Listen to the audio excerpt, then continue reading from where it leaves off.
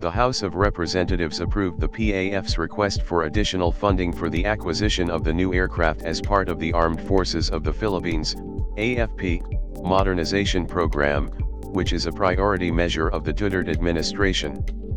The Philippine Air Force, PAF, is considering buying 5 Lockheed Martin C-130Js to enhance its humanitarian and disaster relief operations as well as to increase its military transport capability. The committee imposed in modifying the 2022 General Appropriations Bill has reallocated $108 million from the budget to the Armed Forces for the initial payment for the C-130J aircraft after getting House Speaker Alan Velasco's approval. PAF Chief Lieutenant General Alan Paredes said the PAF needs the cargo aircraft for disaster response, OFW repatriation, and troop transport. The C-130J Super Hercules is the newest variation of Lockheed Martin C-130 aircraft and will come to replace the aging C-130B/HS currently in operation in the PAF. Deputy Speaker Mikey Romero said the budget realignment is part of the House's commitment to provide better equipment to the armed forces. House Committee on Good Governance and Public Accountability Chairman Mike Aglipe, who also attended the meeting, said the new planes would solve the problem of decades of accidents that have cost hundreds of precious lives, noting that the latest C-130 crash occurred in Sulu just 1 year ago. It was one of 2 C-130HS acquired through a U.S. government grant.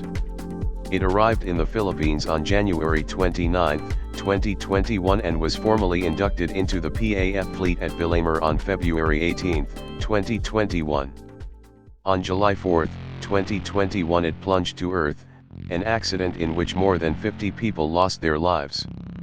The aircraft involved in the incident is a Lockheed C-130H Hercules operated by the Philippine Air Force, PAF, with the tail number 5125. The plane overshot the runway, went down in the town of Paticul nearby, caught fire, and was destroyed. 46 passengers on board and 4 civilians on the ground were hurt, but 50 personnel, including the pilot in command, and 3 civilians on the ground perished. Quarry workers were among the 3 civilians killed.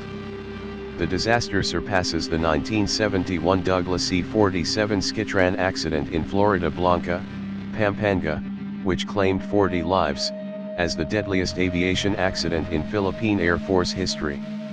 To recover the bodies of the deceased and 8 survivors, the Philippine military's Joint Task Force Sulu, JTF Sulu, carried out a search and rescue operation. The Armed Forces of the Philippines, AFP, the Philippine National Police's Police Regional Office Bangsamoro Autonomous Region, PROBAR, and the provincial government of Sulu all pledged support to the military and affected civilians on the ground. Tazig civilians and members of the Citizens Armed Forces Geographical Unit, CAFGU, militia were also said to have assisted in extracting survivors from the burning crash site. An emergency medical services unit was dispatched by the U.S. to assist the crash survivors. Chargé d'Affaires John Law visited Manila, Philippines, together with representatives from the United States. On February 19, 2021, Secretary of National Defense Delfin Lorenzana and senior Philippine Air Force officials received the first of 2 C-130H Hercules aircraft from the Joint U.S. Military Assistance Group of the U.S. Embassy in the Philippines. Through the Foreign Military Financing Grant Program, the United States supplied the PAF with the aforementioned tactical airlift capability for PHP $1.54 billion equivalent to $32.2 million in order to enhance the Philippine military's logistical capability for military and civil support operations, including the distribution of COVID-19 supplies and humanitarian assistance and disaster relief and distribution of COVID-19 supplies. Last Friday, March 31, President Ferdinand Marcos Jr. emphasized the Philippine Air Force's responsibility as the country's first line of defense against external security threats and reminded them to maintain all assets ready to go. Marcos Jr. gave the statement after examining the Air Force's 3 recommissioned C-130 units. President Ferdinand Marcos Jr. and top military officials examined 2 C-130T aircraft at the Clark Air Base in Pampanga. These will be used to perform coastal patrols in the provinces of Batanes and Zambales in northern and central Luzon, respectively. One aircraft equipped with the Special Airborne Mission Installation and Response (SABIR) system and another that was serviced and repaired in Portugal are on display at the event, which is taking place at the Clark Air Base in Pampanga. Plans to change the military and uniformed personnel pension system were unveiled by Finance Secretary Benjamin Diokno. Among other things, indexation, or increases in pensions when the wages of individuals on active duty also grow, would be abolished if everything proceeds as the Marcos government intends. Soldiers and other uniformed personnel will also start making payments to their pension funds. In order to fulfill its duty as the nation's first line of defense against external security threats, President Ferdinand Marcos, Jr. instructed the Philippine Air Force, PAF, to have all assets ready to go. After inspecting the PAF's 3 recommissioned C-130 aircraft, Marcos made the comment, "Should any unfortunate events happen, we must be able to assess and respond quickly," the president stated in his address. In order to maintain all of our military equipment ready for use, he instructed the Philippine Air Force and the AFP to continually improve their maintenance and repair skills. New transport planes and an upgraded air defense system are coming to the Philippines.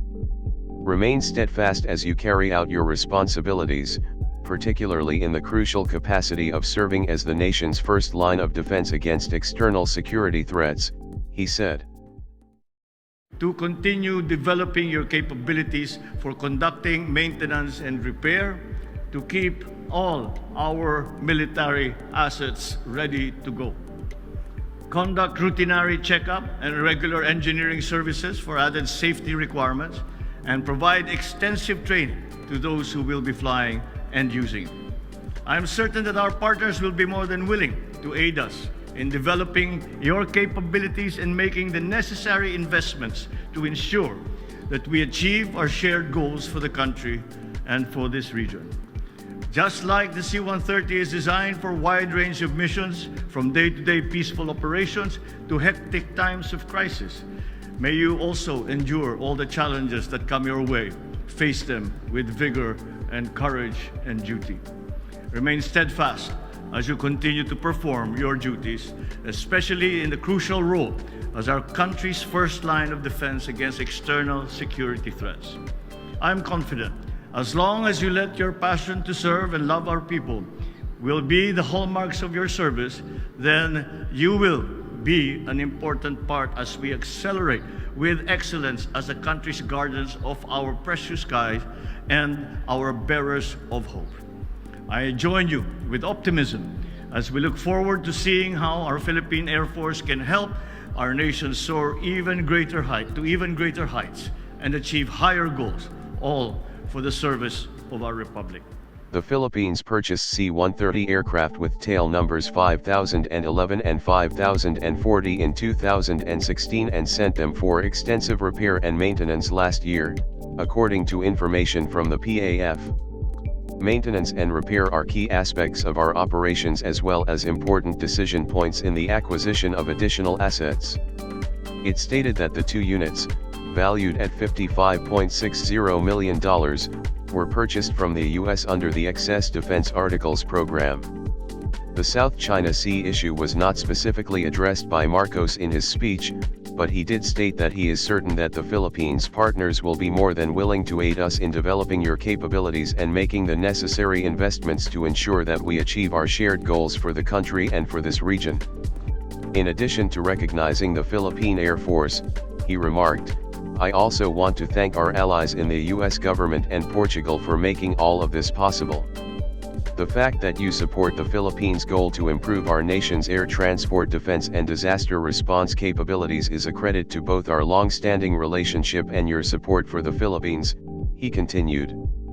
As the Philippines faces a more complex foreign situation, Marcos ordered Air Force soldiers in Cebu to defend the country's interests in the South China Sea in February.